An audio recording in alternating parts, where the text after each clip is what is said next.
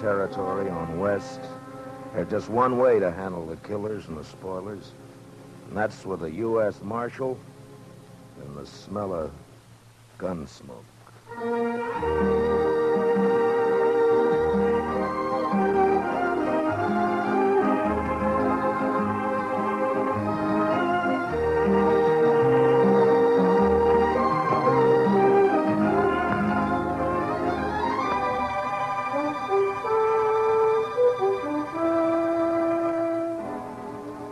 Gunsmoke, the story of the violence that moved west with young America.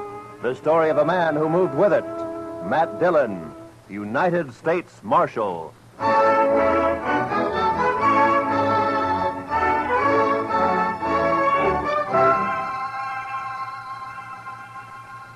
Wanted for murder.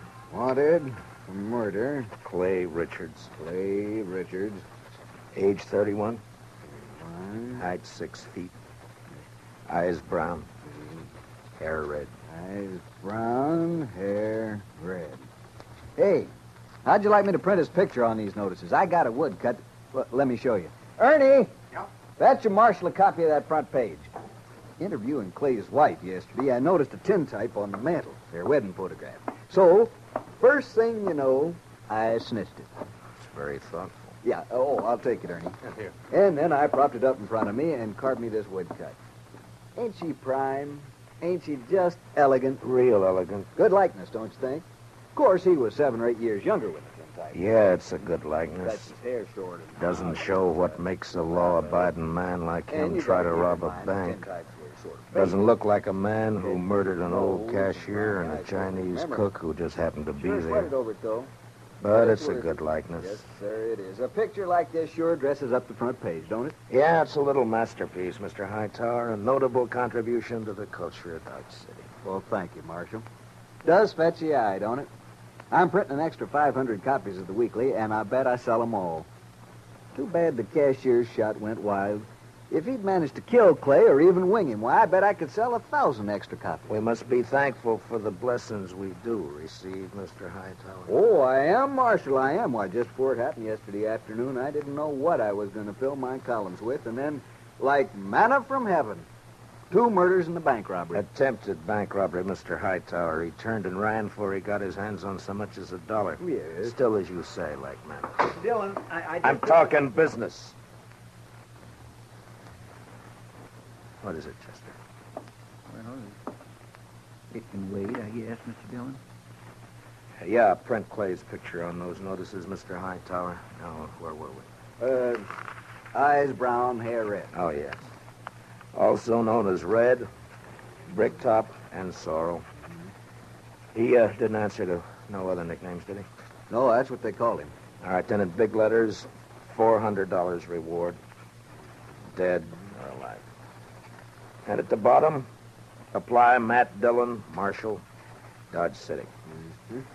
Print 200 copies. How soon can I send Chester over for him? This afternoon. Good morning, Mr. Hightower. Chester.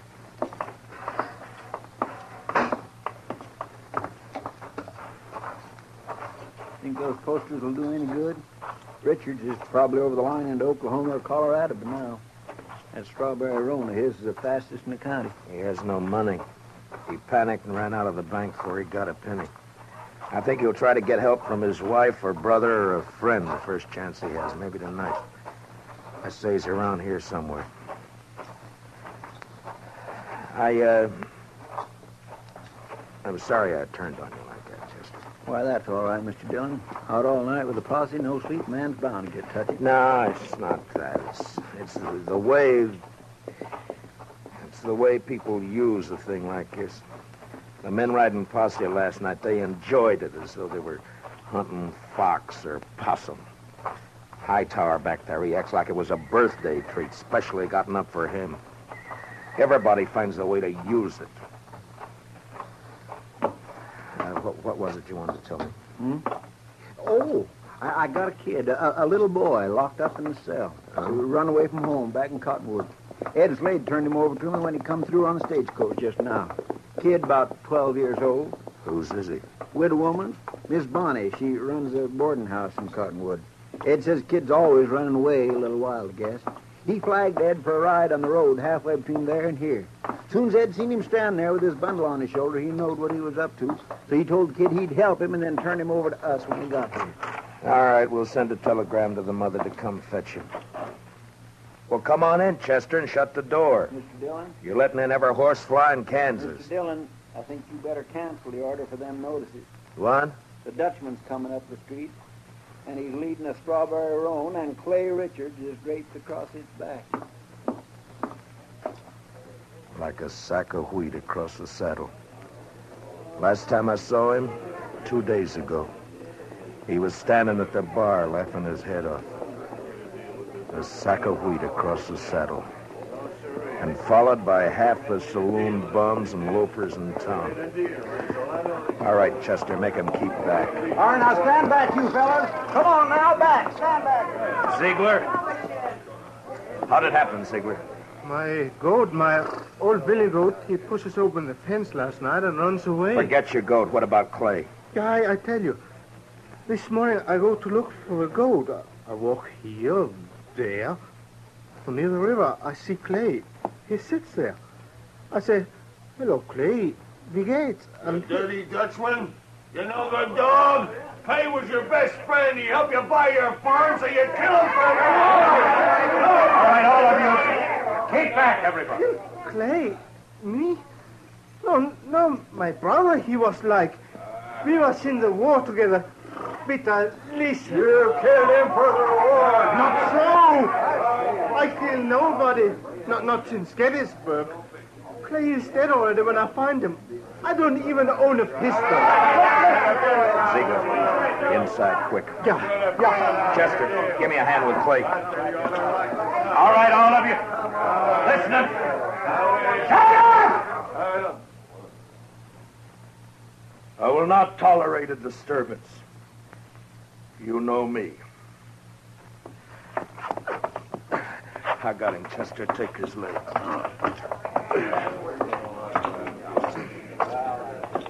All right, kick the door shut. Marshal, I don't kill Clay. On this table, Chester.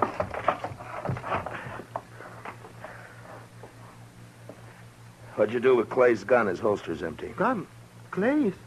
I ain't got it. I don't even own one. Chester, see if it slipped out. His holster was empty coming up the street. First thing I noticed. Maybe it's over on the... Another customer? Why, that's 3 in less than a day. Oh, bountiful harvest. My fees this month will keep me in luxury. In luxury. Doc, I want to have an inquest as soon as possible. Well, as soon as I finish the autopsy, shouldn't take long with the practice I've had this week, huh? No. Late afternoon all right with you? I'll take him up to my office right now. No, thank you, Chester. I can carry him all by myself here. You just open the door there like a good fella and... Yeah, Marshal, tell the city fathers I'd like to make a deal when the corpses are as famous as this one. Back in 53 in San Francisco, a fellow I knew earned a fortune exhibiting the head of Joaquin Murrieta. Tell them if they'll let me keep the remains, I'll do the autopsies for nothing. Shut the door, Chester. Ziegler, where is it you met Clay on the river? By the fort. This side by the fort. Ride out there, Chester, and see if you can find Clay's gun. Maybe he dropped it when he was shot. I did not shoot Clay. Sure. I did not. I had no reason to. I did not. Now, you listen to me. Maybe you think Dodge has got so big I don't know about everything that goes on here. Well, if you do, you're wrong. If you think I don't know about the bank having an overdue mortgage on your farm, you're wrong. $400 is reason enough for a struggling farmer like you. No. Could not do such a thing. I am a human being. To a peace officer, Ziegler, that's enough grounds for suspicion. But whether you did it or not will be decided at your trial. In the meantime, you just stop yammering about it. Trial? Me? Even when I shoot somebody, I stand trial. If they find it's justifiable homicide, and they probably will, Clay being a wanted man, then they'll let you off. And if not... Please, I am permitted to go now. Go. Are you crazy? I found this stock. I must look after it. You sit right down. You want to be lynched? You're trying to get yourself murdered? Have you forgotten about Clay's brother, Adam? Adam would not believe I shot him. What difference does it make whether he believes it or not? His brother's been killed. Everybody's looking to him to do something about it, and he knows it. You want me to guess where he is right this minute? He's in one of them saloons lapping up courage to come in here and ask me to give you to him for a present. You want to know who's with him? Every loafer, every bum, every slob in town. Slapping him on the back and telling him what a shame it is. Egging him on to kill you so that they can have some excitement and some fun. Well, maybe you deserve killing, but it's my job to uphold the law, and I'm not letting you out of here. But I tell You might that... spend your time trying to think up a better story. That is, if you intend to stay in this town. All right, now think back. Didn't Clay go for his gun before you shot him? I tell you, I didn't. If I'm not under arrest, you have no right to keep me here. I got to look after my farm. I go. All right, Chester, lock him up. Yes, sir, Mr. Dillon. Come on now, Ziegler. Step out, Sonny. This cage is bespoke. Who's in there, Chester? That little old runaway from Cottonwood? Oh. Yeah, come over here, son. Come over here to me. I know who you are. You do you? You bet. You're Matt Dillon. I'm guilty. I knowed you right off. You just pointed out to me one day back home. Filler says you was the fastest gun thrower in Kansas. Wyatt Earp wouldn't be awful interested to hear that, I'm afraid. Filler says you was faster than Older. Faster than Wild Bill Hickok in Hayes City and Fat Masterson or any of them. How many fellas have you killed? You don't keep score, son. It's something you try to forget. Not me. Someday I'll be famous like you, and for every filler I kill, I'll put a notch on my gun. People will see those notches, and they'll know they better not try. Why'd you run away from home, Bub? Don't you know your mother's likely to worry about you? Oh, she won't worry. She's too busy working. You ain't gonna make me go back, are you? You wouldn't do that, would you? Well... Because it wouldn't stop me for long. I'd only run away again. Oh, where are you off to in such a sweat? Oh, Texas, California, Mexico. A fella can accomplish things there, not like living in old Cottonwood. If you let me go, someday when I'm famous, you can tell people you helped get me started. Well, that's a pretty strong inducement. I'll have to think about it for a while. And, look, while I'm making up my mind, I want you to give me your word. The word of a man who'll be famous someday that he won't try to run away from me. Otherwise, I'll have to have Chester lock you up again. Oh, I'll shake on that. Good. Chester, I want you to go look for Clay's gun. Yes, sir, Mr. Dillon. And on the way, stop off and send that telegram. You know? Hmm? Oh, that telegram. Yes, sir, Mr. Dillon. I'll get Where's that right. Ziegler? It's all right, Chester. Go ahead. Yes, sir, Mr. Dillon.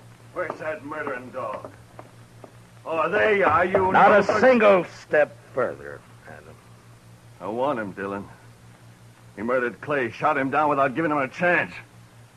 How do you know? Because Clay wouldn't have let anyone catch him off guard except a friend. A friend. And now, Dillon, give me that Dutchman. Try to take him. Just like that? It's like that. And it's true what the fellas say. You made a deal with the Dutchman to give him the reward and to protect him if he'd kill Clay for you. That was the deal, was it? Yeah. The fellas say why I'd make such a deal? Dillon, it ain't no longer a secret around town that you and Francie want each other. But Clay was in the way. You had him killed so you could get his wife. Do you deny it? No. It'll serve as well as any other crazy story. It'll work you up. You think you're safe behind that star, don't you? Well, Clay had friends, lots of them. I'm coming back with them friends, and we'll get the Dutchman and you and anyone else who tries to stop us. All right, Adam. I'll be waiting. Yeah. You wait.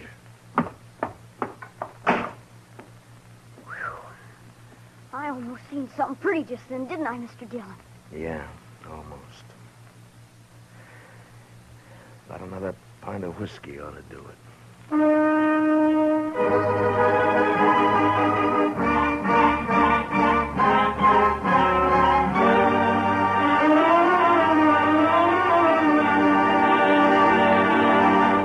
We will return for the second act of Gunsmoke in just a moment, but first, Many radio shows win high popularity with the prizes and cash they give away, but there's one show that's tops because the head man gives away as little as possible. What other radio program could it be but the Jack Benny Show? So be listening. And now, with William Conrad starred as Matt Dillon, here's the second act of Gunsmoke.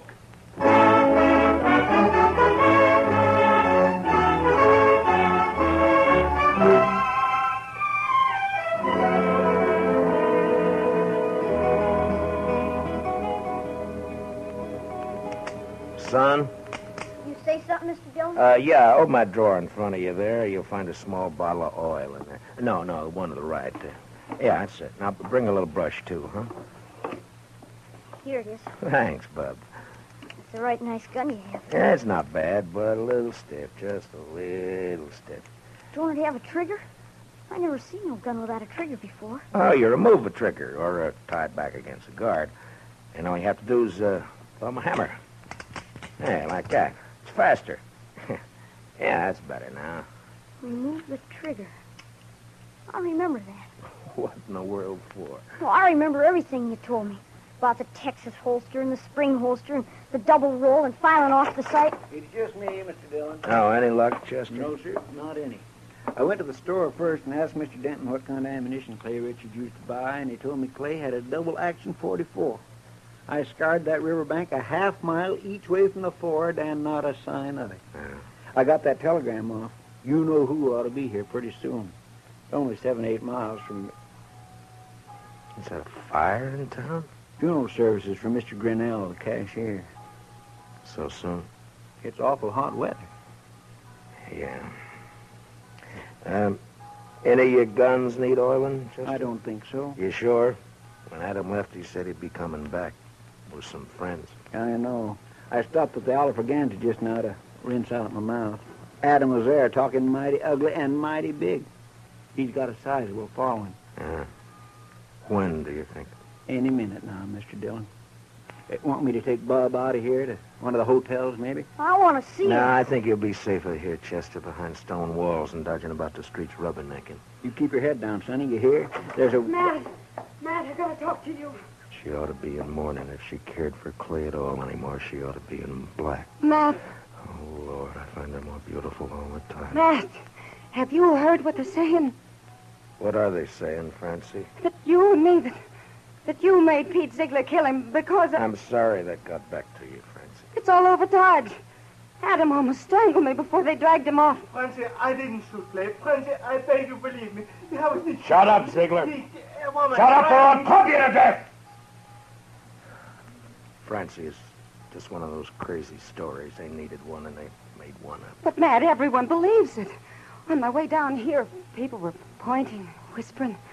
Old women clucking their tongues at me. They believe it. They'll forget it as soon as this is over. They'll remember that even if we once did go with each other, it was finished and done with even before the war ended, before you even met Clay. No, they won't forget it. For the rest of my life, as long as I stay here... Hold it a minute, Francie. Yeah, Doc, what is it? Oh, am I interrupted? What is it, Doc? Topsy's finished. I examined his liver and lights, his... This is Mrs. Richards, Doc. Oh, I beg your pardon, ma'am. I'm sure I meant no disrespect for the departed. Well, Clay was shot all right, but from the nature of the wound and the coagulation of the blood, I'd say it happened sometime yesterday. I'd say the cashier's bullet didn't go wild after all. how could a dead man gallop away? But the wound wasn't what killed Clay. The ball hit the rib case and it bounced off. 22 caliber it was. What did kill him was the stab in the back, right through the spine, inflicted sometime this morning. Now, near as I can judge, by a small blade, 2 or 3 inches long. It could have been a Barlow knife. Thanks, Doc. Please accept my condolences, Mr. Richard. You call the inquest anytime you're ready, Marshal. Chester, close the door. You see, I didn't do it. I didn't shoot him. All I right, told then you that stabbed him, maybe. You said you never carried a gun. Look, Francie, go home and give matters a chance to simmer Matt, down. I'm going to ask you for something. Yeah? Turn Pete Ziegler out into the street. What? Francie, they're itching to get their hands on him. Let him have him. It'll prove that story's a lie, that you didn't make a deal with him. Please, Matt, I have to live here. Clear me, I have to live here. Matt? Matt. Don't look at me like that. Go home, Francie. Go home or leave town or hang yourself or anything you like. Just go away. Away! Right now.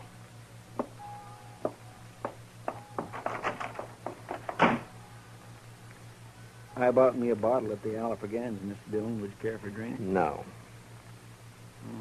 Guess the funeral's over. There'll be others. Funny. No, I miss that bell. Awful quiet, ain't it? It's just... Just about on schedule. Are you ready, Chester? Yes, sir, Mr. Dillon. I use a shotgun if I were you. It's more effective when there's a mob to be dealt with. Oh, yes, sir, I aim to. Ziegler, and you too, son. If trouble starts, lie down flat on the floor and keep your head down all the time. Don't gawk to see what's happening. You understand me? Yes, sir, Mr. Dillon. All right. Dillon! Dillon! Come on, Dillon! Come on! Chester, I want you to stand here in the doorway after I go out, where you can cover the back door and me at the same time. Yes, sir, Mr. Dillon. All right, Chester. Open the door. Come on now. It's my duty to warn all of you that you're in the breach of the peace. I've sworn to uphold the law. I've killed men in order to do it, and I'm prepared to do so again. Give us a Dutchman, Dillon. Men! I ask you to be sensible and to leave quietly.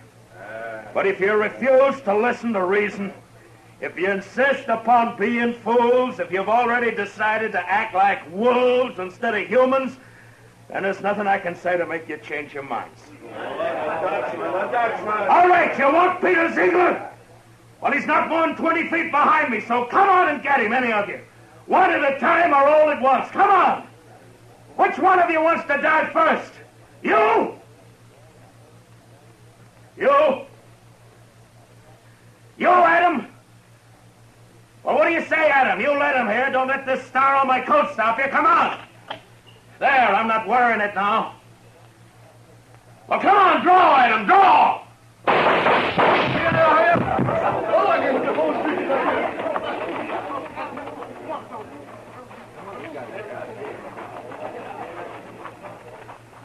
You all right, Mr. Dillon? Yeah. Get his gun. Man alive, I couldn't even see your hand move. Marshal! Oh, don't tell me. Don't tell Doc, me. you make one single funny remark and I'll knock you down. You just take him to your office and get to work. Well, I never do mean to offend, Marshal. In my line of work, well, bodies, they're just so much lumber. Make all the jokes about him you please, but not to me and not in my hearing. In my line of work, there's nothing humorous about death. Give him a hand, Chester. No, I can handle it, Marshal. Thank you. Thank you. Just the same. Can you direct me to the marshal's office? Yes, ma'am, right here. I'm Marshal Dillon. Well, I left Cottonwood as soon as I got your telegram. I'm Miss Bonnie. Where's my boy? Oh, we have him, ma'am, safe and sound. Here, let me help you down. Hitch that horse, Chester. Right this way, ma'am. Oh, I'm so sorry he put you to all that trouble, Marshal. The truth of the matter is he's a wild one and no mistake. Takes after his father, one scrape after another. He was no trouble at all. I enjoy children. I like to have them around. Bob? Bob, your ma's here. Son? Chester, where's the boy? Did you let him slip past you? No, sir, Mr. Dillon. He never got past me. Look, the back door's open. He seen me and he hightailed it, the devil. We'll round him up for you, ma'am. Don't worry. Oh, I don't know why I bother hauling him back. If he's run away once, he's run away 1,000 times. This time he ran because I wouldn't buy him a gun. He wanted a real one. That boy's just gun crazy, I swear. I got him a nice Barlow knife instead. Barlow I knife? reckon it didn't signify, and off he runs. Barlow knife? A kid. Chester, find that kid. Marshal, has he done something bad with it? I told him to use it careful. He promised he'd use it careful. No, never mind, Chester. He's got Clay's strawberry roan. We'd never catch up to him. Oh, I try to bring him up right. I tell him to be good, but he don't listen. He just don't listen. Now, calm yourself, ma'am. Just calm yourself. Here's his little bundle, Mr. Dillon. What? Yeah, give it to me. That's pretty heavy. Here, you're better at knots than I am. Open it, will you? From the moment he was born, he's been nothing but tribulation to me. Now, please, ma'am. What's he got in it, Chester? Shirt, stockings, piece of sausage, and this. 44 double action. Yes, sir, Mr. Dillon. That's Clay's gun. Sonny didn't manage to keep it long, did he? Well, if he wants a gun that bad, he's bound to get hold of another one somewhere, somehow. Chester, call Mr. Hightower over. Hey! Hey, Mr. Hightower! Oh. Come on over. Mr. Dillon wants you. Marshal, could I have please a drink of water? What? Oh, Ziegler, I forgot all about you. Chester, where are the keys? Yeah, right there on the desk.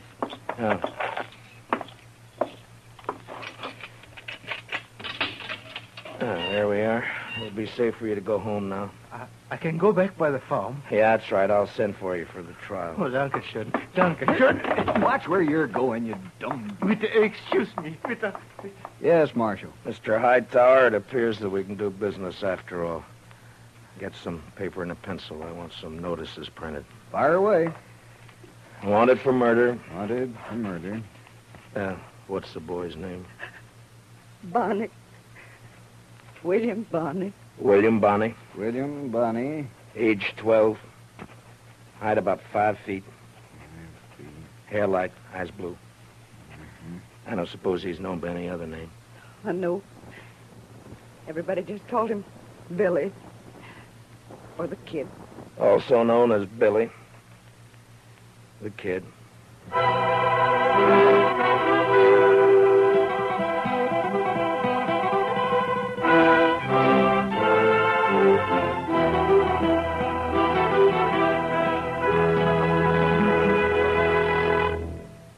Gunsmoke, under the direction of Norman MacDonald, stars William Conrad as Matt Dillon, U.S. Marshal. Tonight's story was specially written for Gunsmoke by Walter Newman, with music composed and conducted by Rex Corey. Featured in tonight's cast were Don Diamond, Parley Baer, Harry Bartell, and Howard McNear, with Richard Beals, Paul Dubov, Georgia Ellis, and Mary Lansing. Join us again next week as Matt Dillon, U.S. Marshal, fights to bring law and order out of the wild violence of the West in Gunsmoke.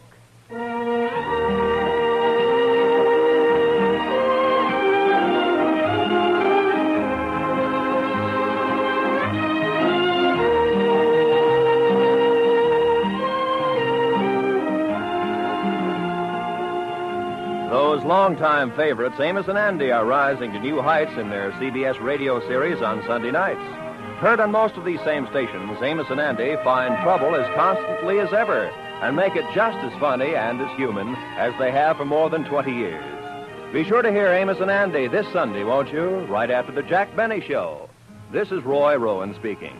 And remember, there's fast, funny quizzing on The Bob Hawk Show every Monday evening. This is the CBS Radio Network.